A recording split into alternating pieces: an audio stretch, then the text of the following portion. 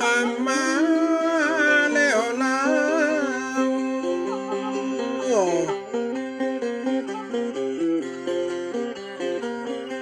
บ่เดียวว่าจะห้องเอาขวัญนาคเจ้าขวัญนาคนี่เล่าไปอยู่ที่ไหนบ่เดียวจังซอว่ามานะคำแล้วขวัญพระนาคแก้วจุงมาไว้ว่านาแม่นาจะไปขามไปกาที่ขันนาตาฟังไปอยู่ป่าไม้ไก่หูไก่ตาไปหลงมากกาหนทางเหนือใต้ข้าใจมาเนื้อขวันพระนาคไทยอยู่ดงป่าไม้เฮือได้ปีกป้อเมาวนฝูงหมูยักษ์จังมาแถลงตนยับเอาขวัญโคนไปกินในป่าขวัญพระนาคเจ้าไปสะดุ้งก้องกองเปิ้นเหตุด้วยกองตะกี้ตะเจ้า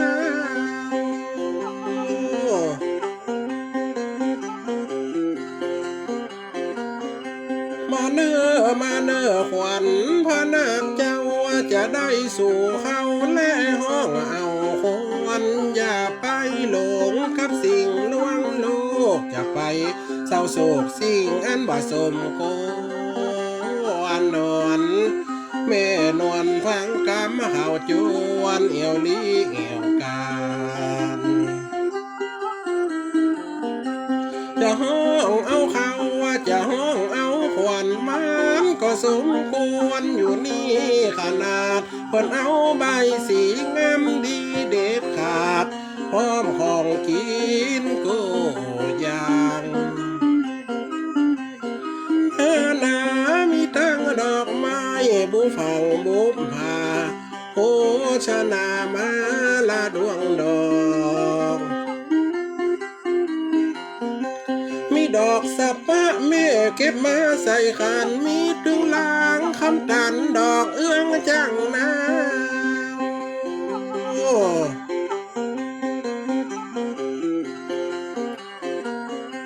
จุ่มป่าจุ่มปีดอกขามเกี้ยวเก้าดอกเกศเก้ามันมีกลิ่นหอมดอกขยอมมะลิกุหลาบมันหอมมันสาบชื่นใจย้ำตอนบอนแม่บอนแม่เก็บมาสอนมันมีหลายอย่างเกศทว่าสะบันงาหอมไก่เงามายายใบสีขวัญนาคจะเจิญมาโจมมาดอกไม้ไหลลากควรพันนาคบ่ดีไปที่อื่นนอไหนพ่อแม่พี่น้องเปิ้นก็ตั้งใจเอามายายเก็บไว้เป็นอย่างดอกไม้ของหอนเก็บหอมมาสูนดอกอ่อนดอกอูนดาวเรืองฟ้องฟ้า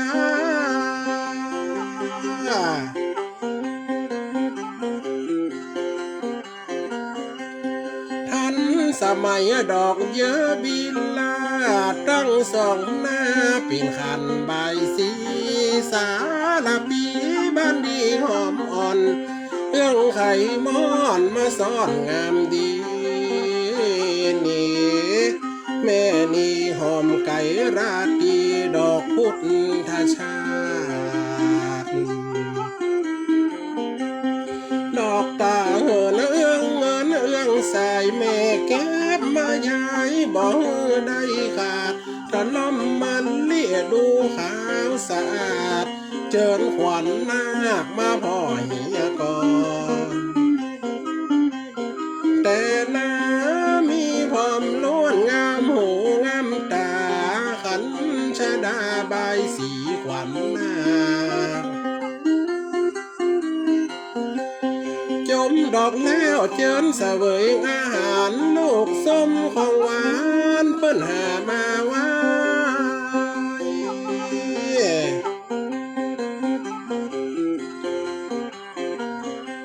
บ่ ม่วงบ่าวฟางหน่อยน้อยหน่อยใหญ่มีแผ่วต้มไข่ปลาม่วงป่าจางขนมนมสาวก้อยข้าวก้อยไข่แม่ซื้อ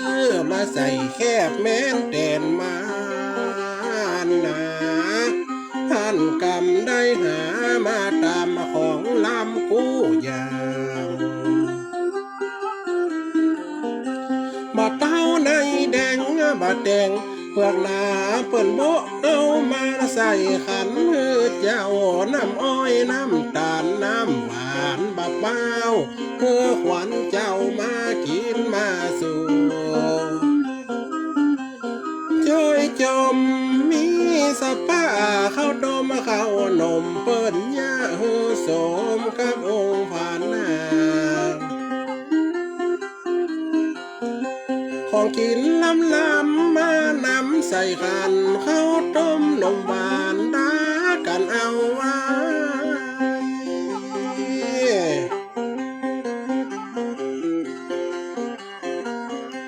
ปลาเฮงปลาจางปลาบวงจิ้นไก่พ่อมาต้มไข่แกะเอาในข้าวลูกส้มของหวานบัดตาลบัดนัดมีสาลาพัดแม่ก็กึดเอาหนาวแม่เนามาสู่ขวัญเจ้าองค์คำพันนาบาเต้าในแดงไม่แผ่วบาแดงเปลือกบางและบะม่วงบาฟางซื้อตามตลาดต้นขวัญเจ้าบ่เฮือใดภาคดีขนาดได้เอามาสู่แต่กาสเวยพันพร้อมมีนักมีนามาขวัญมากินอิ่มมาตั้งขวัญกิ้วขวัญหัวเกษาขวัญดังดอมดอกไม้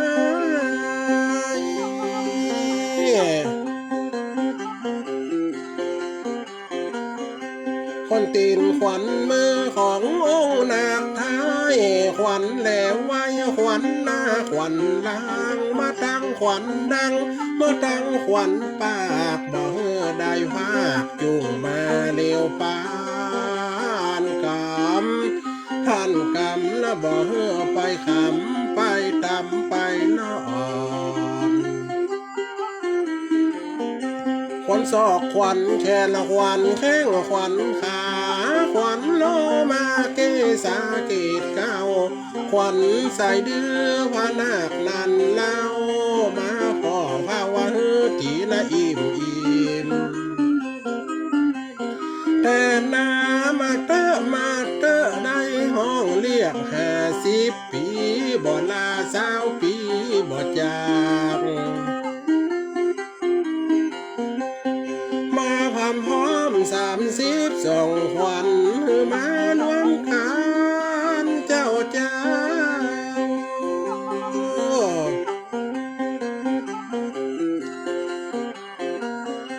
ขวัญตีนขวัญมือมา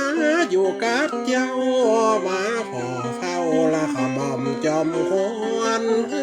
ประจำมาทำอยู่ครบขวัญปากขวัญซบละแก้มตาหูดา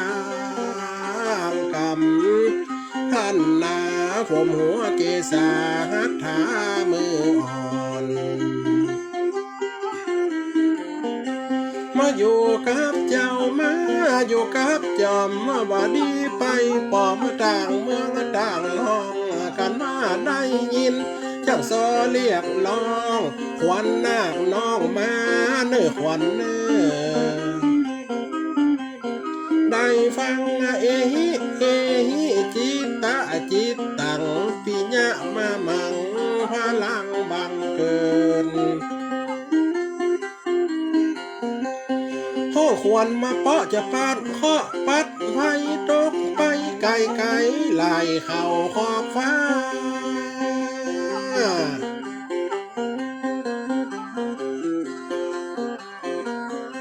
เป็นข้อตั้งหลังอย่าได้มาท่าเป็นข้อตั้งหน้าอย่าได้มาหา านข้อ13ละเป็นน้ำ15ถึงบอกว่าข้อเมื่อคืนเมื่อวานกำท่านนายปัดตกใส่ไฟมันไม่เป็นเต่าข้อที่วันละบ่งามบ่ดีปัดไล่มันหนีจากองค์พระนาคเจ้าปัดไปไกลๆในวันนี้เล่าอย่าเฮือมาเฝ้ามาต่ำมาถูกแต่นาข้อเจ็บแข้งเจ็บโหเจ็บตาจะได้มาหาองค์พระนานี่เป็นน้ำมนต์ของพญาอินตาผมไปขอบหาไว้หดข้อร้าย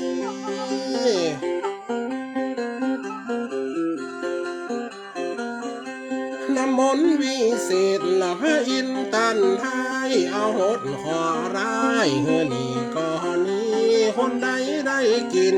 คนใดได้อาบโลคาพญาถึงจะหายทันทีไหนท่านนายเพื่อนเอาโหดคนตายยังเพื่อนได้มาเหมือนเก่าเอาโหดใส่จ้างคือโหนก็โหนเอาโหดใส่คนหายม้อยหายไข่ละมนวิเศษจังสอไปขอไว้เอาโหดขอร้ายเฮือองค์พระนาโลนายตั้งแต่นี้อยู่ดีสบายทุกโศกโลกภัยสบายหายห่วงปัดขอแล้วจะมัดมือตือขวัญจะเอาไฟหวานแวดไว้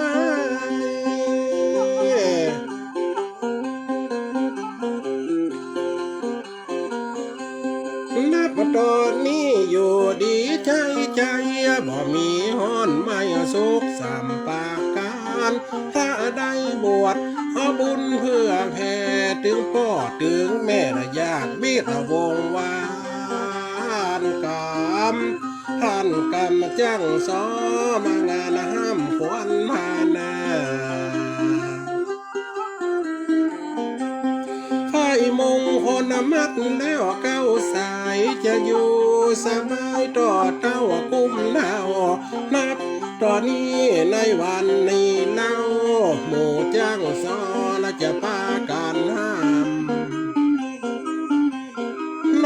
นายเฮือพระนาคสุขไก่สุขใหญ่นับตอนนี้ไปจนเฒ่าจนแก่เส้นนี้คนเขานับถือจะเอามัดมือพระนาคน้อย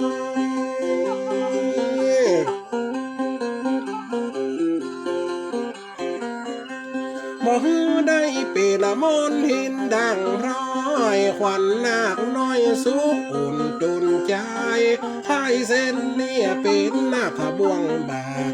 ได้มาจากปืนบาดาลนอนานะแม่มามัดมือซ้ายขวัญมามัดมือขวาขวัญอยู่ให้เส้นนี้ได้มาจากเมืองมนพญาอินพระญาพมมาปั่นมือเจ้าเปิ้นปุกเสกในวันนั้นเล่าวานพระเจ้าลงมาโผล่โลกาเพิ่นเอามัดจ้างเมื่อมันก็หนมัดละมือคนก็หายพญา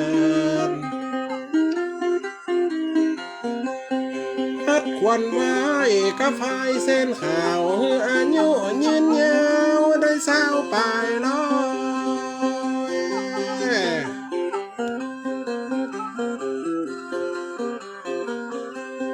ถึงบ่มีความทุกข์โศกซอยมัดเรียบร้อยอยู่กับตัวกับตนฝ่ายมงคลบันดลแต่โจกพระอินทร์ปั่นโพดมามัดมือคนวนดีขนาด กะตึงสุขใจหายุยืนลายป้นจากหาญาติได้มาแต่ตีนเขาสิโนราชเมื่อพระอินทร์กนยาติบอาบแต่นามัดมือแล้วเฮือนาคนาคาบุญหักษาอายุยืนยิ่งเส้นที่หนึ่งได้มาจากเมืองบนพญาอินเป็นต้นมอบไว้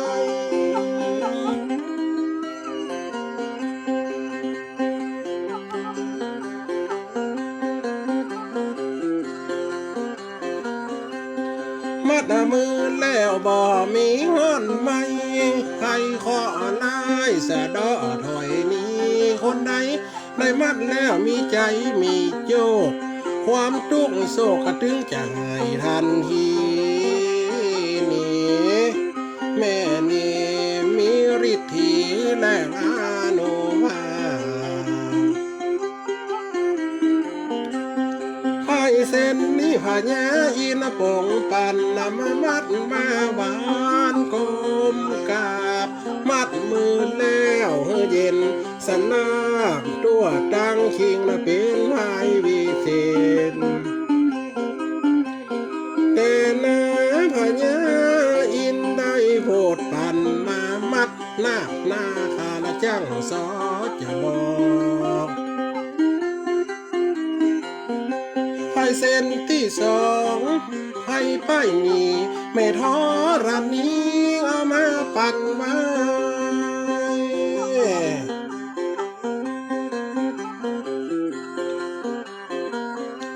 จะเอามัดมือองค์นาคไทยบ่มีห้อนไม่สุกอุ่นตุนใจไม่ท้อรันนี้เผินใหญ่กว้างเอามาปั่นแสงละมัดมือนอนายนาย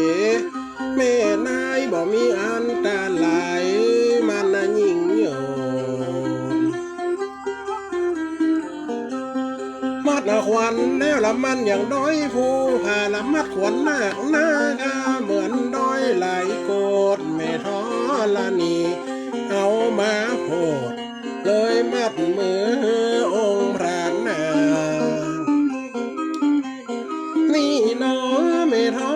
ละนี่มาปั่นจ้างซอเส้นที่สองนี่น้อละถึงดีเสียงยัง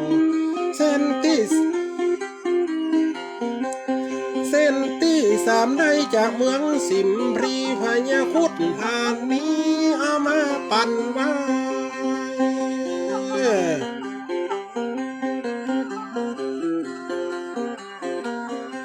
จากหิมมาปั่นเนื้องกับป่าไม้ฝูงสัตว์ลายหงบ่อนี้